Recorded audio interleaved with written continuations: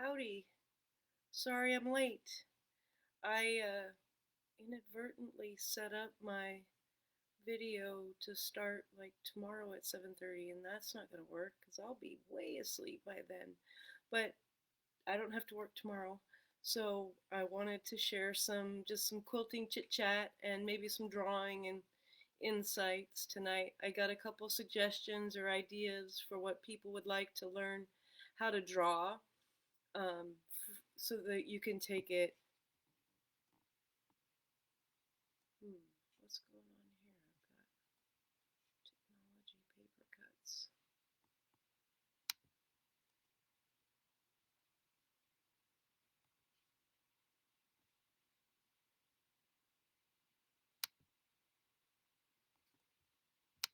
Hmm.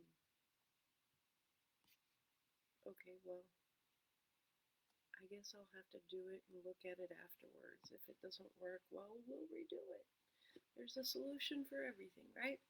So anyway, one of my ladies sent me a suggestion. She wanted sugar skulls because we're like getting into the holiday, right? So I printed this off and I thought it would be a good opportunity to talk about how I would design, put this design or a design like this on a quilt. And what I would do is I would mark, so a design this size is like one that I would like put in a block or use as, so it's probably a good 6 inches from chin to top of the head on the skull. So that would make a nice placement for an all over if you did like 3 or 4, 5 of those big skulls um, across the plane of the quilt that you're doing a long arm quilt and you want to do edge to edge. I would put like 3 to 6 of these in each pass, right? And stagger them to make it kind of uneven so it looks like an all over.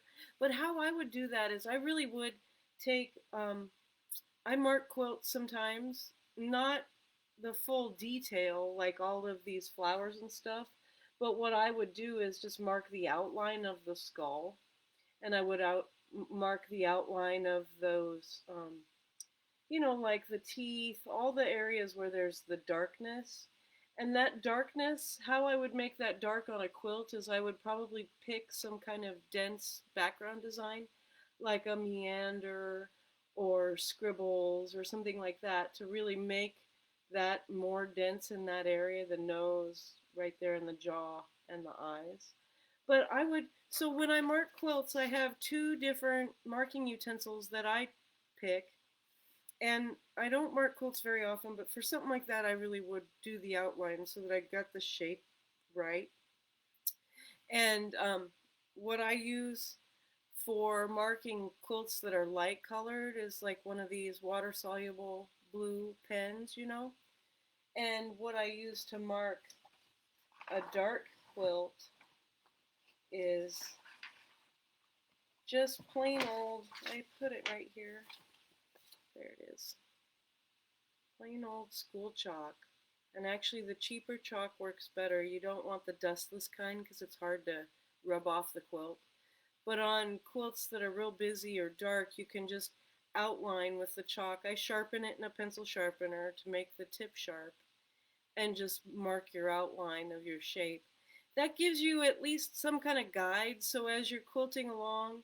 So with this like sugar skull thing, it would be cute to have those kind of randomly placed across like you're gonna do an all over. And then I would stitch like loops or some sort of meander that's appropriate to the flowers or whatever decoration I want to do on the sugar skull. Now on those, I would totally take the opportunity to go in and do some real fun like floral designs that are super simple. So some of the one of the things that I love about doing botanical designs that makes it so much easier and forgiving than trying to make a design that is just in inorganic design, trucks, cars, all that stuff, they are very structured. And if you mess it up, it looks like a 1 year old, a first grader did it. Plants, they are all different and kind of unique, and nothing is exactly the same or perfect. And so they're super easy to create and build around. Let me find my Sharpie. Right here. So what I wanted to kind of show is some ideas for like building around circles, some floral ideas. So let me see how I can do this so that you can see and I can see. I want to go like this. Okay. So we're going to start with just like, let's say this is the eye. And you could just start with like leaf-shaped spires around that.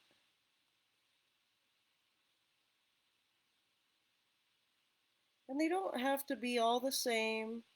They don't have to match up. If you put a little wave in the side there, you see how it's kind of funky? It actually makes it look more organic and interesting, I think. And the really cool thing when you're translating your drawing into quilting on a quilt is what you see when I'm drawing this is the drawn line. And what you see when I quilt this is the space that's created by the drawn line. So on the paper, the drawn line has to look perfect for it to look really good. And on a quilt, it doesn't, because what you're creating is that negative space.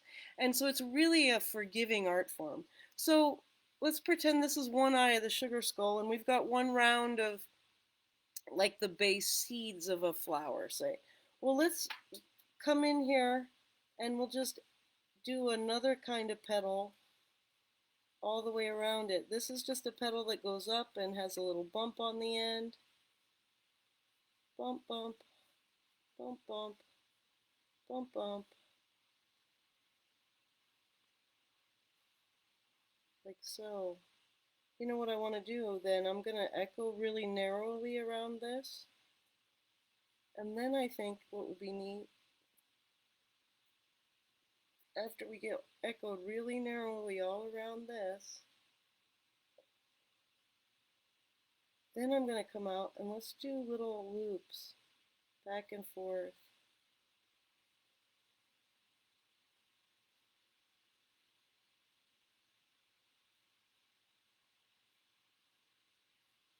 Back and forth, back and forth, like so.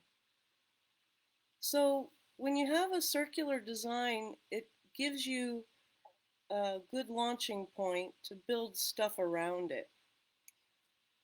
So this particular sugar skull is kind of interesting because on its eyes, it's a circle, and then there's an inner circle,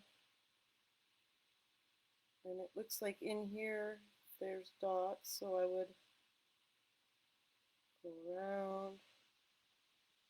And a really cool thing you can do if you've got an idea that you want to translate to a quilt and you don't want to buy a pattern is you can just go on Google image search and image search for whatever the subject matter is, and be sure you put in line drawing, because you want a drawing of whatever design you're trying to achieve that's as simple as possible so that you can draw it with one line, uh, because you don't want to break threads as you're quilting along.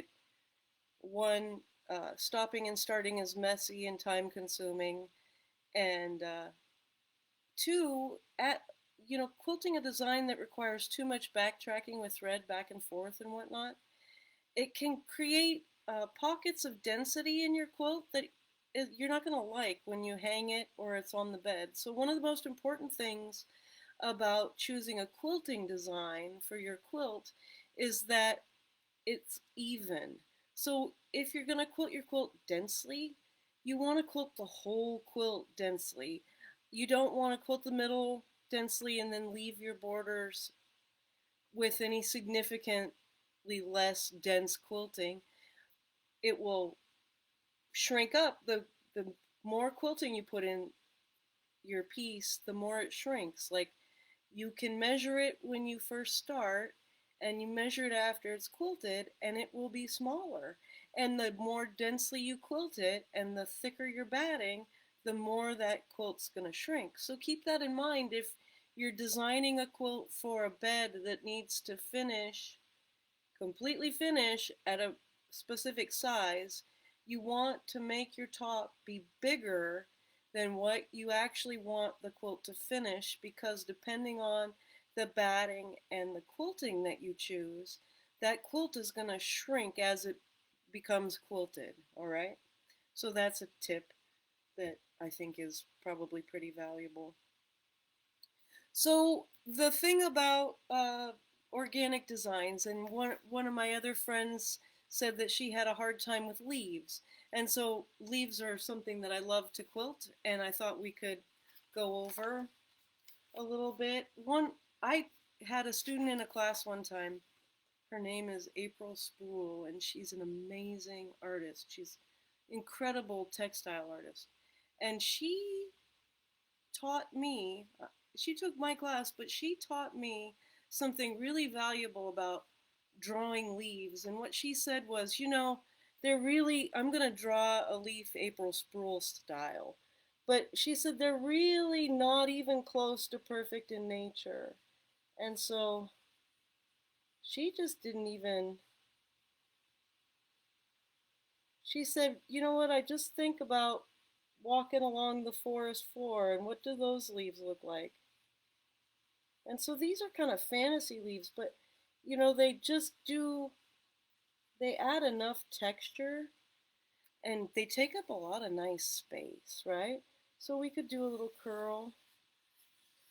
My point with this is you don't have to do nice leaves.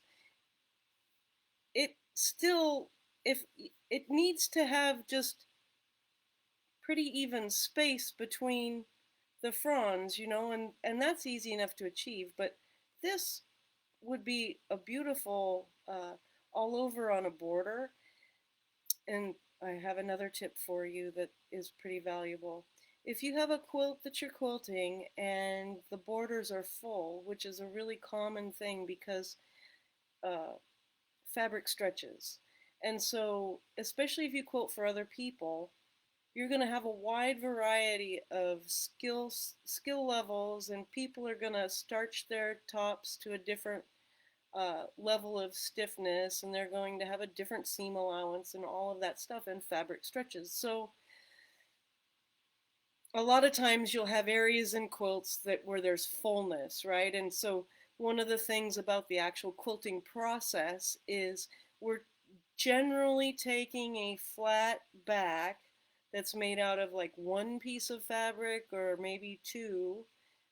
Some quilters piece backs with more pieces than that, but in general, it's usually one or maybe two pieces of fabric that's fairly flat, and we're taking that and stitching on top of that straight piece of batting, but then that quilt top, which itself is made of hundreds, if not thousands, of pieces and all these different seams and stuff. And so there can be fullness.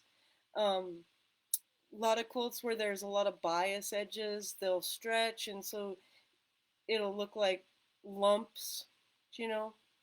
Um, so when you have a quilt that has fullness and lumps, or the border is bigger than the center, and if you're a long armor, you'll know what I'm talking about there. You don't notice so much when all you do is quilt it on your domestic sewing machine. I think you notice it maybe a little bit when you're basting it, but you have a lot more control over pushing all that excess stuff around when you're quilting on your sewing machine.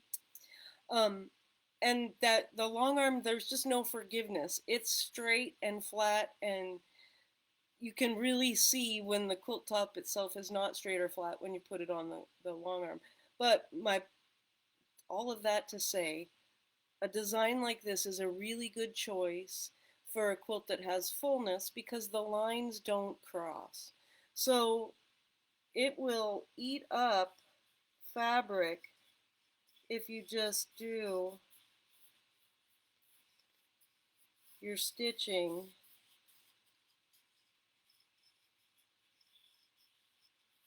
open, I mean, it can be dense,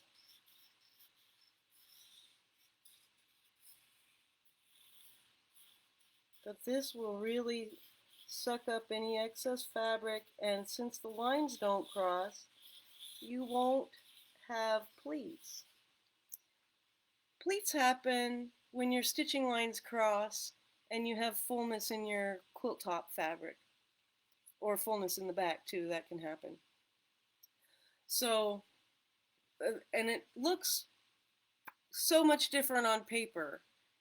So what I want you to know about stitching on the paper is it looks terrible. And when you're first starting, everybody's looks terrible. Even mine doesn't look great on the paper. But what drawing all these things on the paper does for you is it helps you learn the way to go. And it's like anything. You have to actually physically do the practice to get good at the skill. And we all can't like run to the long arm and stitch up acres of batting and fabric. Drawing on paper is a really efficient way that you can take with you anywhere to practice your free motion skills and stitching. And one of the things that will really help you a lot, that it's a pitfall that I've seen students make, is they'll start out a design, they won't like it, they'll pick up the pen, they'll turn the page and do another design. One of the things that will really help you excel is if you don't have to like it when you're starting. It doesn't have to look good, but you do have to finish and fill the whole page so that you get the idea of how to fill this all in evenly. You'll set yourself up for situations. Well, I'm off the camera. Ooh. Okay, so I can draw and I can quilt, but my technology skills leave something to be desired. But I appreciate your patience with me tonight. So there's that. I was messing around with pumpkins earlier. So like I said with the sugar skull design, I would mark that. I would use something like that as a block design. And like I said, I would mark it with a water soluble if it was on light fabric, or I'd mark it with chalk if it was on dark fabric. And for myself, I would just like freehand mark it. I would look at the skull shape and just kind of outline the shape so that as I'm stitching along, I have a target. And then after I stitched that skull shape, I would stitch back up and add flowers, add all the whatever designs I felt like adding to the skull itself. But for this like little pumpkin all over, you could just do little loops and then like a fat little circle. Do a little stem, right? We could give our pumpkin a leaf and then just stitch the little pumpkin lines down and out we go. And I would probably try to make my pumpkins go in all directions. That way the quilt's not absolutely directional. And with something like this, a little all over, it doesn't really actually have to even look like a pumpkin to give the impression of the pumpkin, right? On an all over pattern. And the thing about the quilting is it's not dominating. What you see when you look at a quilt is the fabric, colors, and the piecing. And the quilting is really just functional to hold the thing together and turn it into a blanket.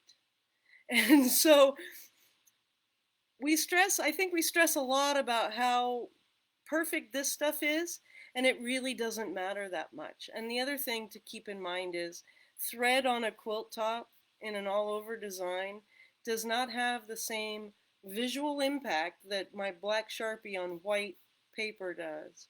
So what I ultimately really like to encourage you to do is get out a pen and paper and doodle some things yourself that are of interest to you. uh, Google search line drawings of designs or subject matter that you'd like to have to put on your quilt, and really just play with that. Now, I did a where did I put it? I marked for a spider web. So for a spider web design, I marked it in pencil, but so I'm going to try to get it up close because I bled through on the back. I would mark the spires with like my chalk, and then with my uh, needle, I'm just going to stitch in. I'm going to come up, do like little, what do you call those? Just the webs in between the web. I'm going to stitch back and then down, up. Don't really want them to hit right where the other one is, right? Like so. Stitch up, stitch down, stitch back up. Something similar to that.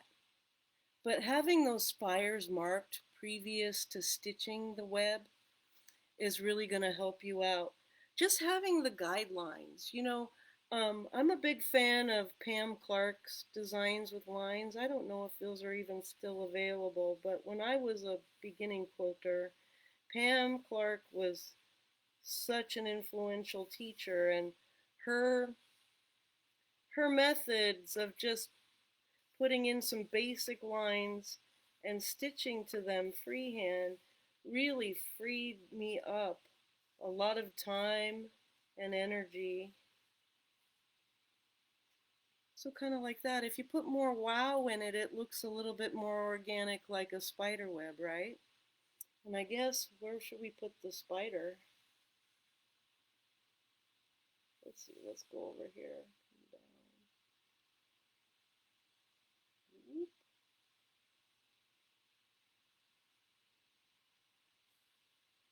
Up, go over there.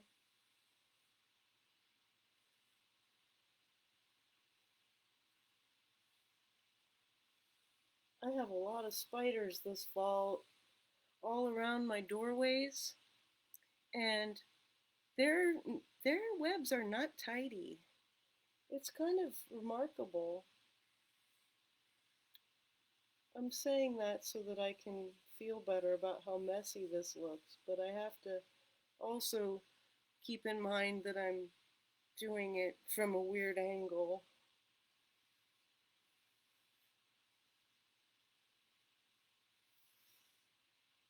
Let's go up, do one there. I think we should put the spider right here, don't you?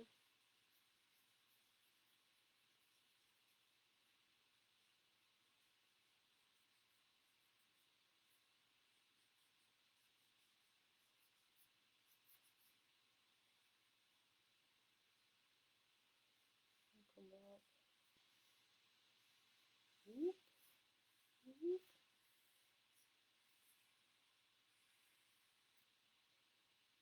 Here we go. Hey, that doesn't look too bad at all, Nick. Okay, cool. So, spider web, that would be cool to mix in with the sugar skulls, wouldn't it? You could do like on your first pass, maybe 2 spider webs, 3 sugar skulls, and then once you quilted that, roll up and do 3 spider webs and 2 sugar skulls, or one, you know what I mean? Just mix it up and make it a little bit more interesting. I kind of like well, I like freehand because I want all my quilts to be different. I like that creative expression, and that it's completely unique. So that's what I've got for you on that, and I wanted to share with you just a couple of things. So, but I don't know if if you remember, or if you know, if you've been following me for a long time, which a lot of my quilter friends have, you remember that in 2017 I did the art bus tour in the RV where I put my quilting machine in a motorhome, my 40-foot motorhome. And this article in Fons and Porter Love of Quilting magazine is I believe it's the June 2017 issue. Dawn Cavanaugh wrote a wonderful, really complimentary article about that tour where I traveled around America and quilted for people and taught quilting, and it was a delightful experience. And that is the experience that led me to moving to Alabama. So it was my stay here in Alabama with my friend Laura that made me realize that this was the place that I wanted to put down my roots. It's a very good quilty place. And of course, Laura's here, so that's extra nice. So then way previous to the quilting trip in the bus, I wrote Fantasy Freehand, and you can get this book at Amazon. Just look for Nicole Wilde, and both my names are spelled weird, Nichole, and Wild with an E on the end. I have 3 books available there at Amazon, and a pattern for a scrappy quilt. And then way back in the day, I wrote No Boundaries with Jamie Wallen. And I don't know if you can get a copy of that book from him, but it's really wonderful. It's got some great all over designs and step-by-step instructions. I just wanted to share with you a couple things and remind everybody that I'm still here alive, kicking, quilting.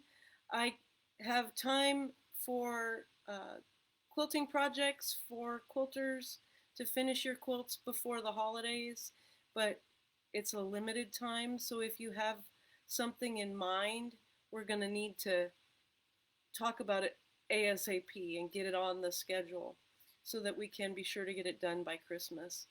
And I also am doing workshops, so if you want to come have a private lesson or bring a friend and we can quilt on the long arm, or I do it on the domestic sewing machine. I've got a Juki, what is it, a 2010. It's a 9-inch throat. And then I have the quilt hanger system that we can use. We can set up a large quilt and you can actually experience the experience of quilting a very large quilt on your sewing machine, and I can totally help you with that.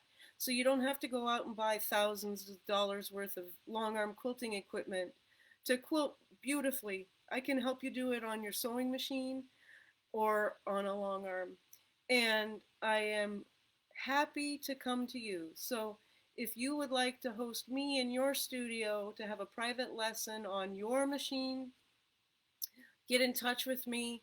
I'd be delighted to come to you. I'm in a really great location for road tripping, so it's not a big deal for me to travel like most places on the East Coast and in the South. So if you're probably 10 hours from Birmingham, I think that's a pretty reasonable scope, and I would be delighted to come quilt with you and get you off on a great start.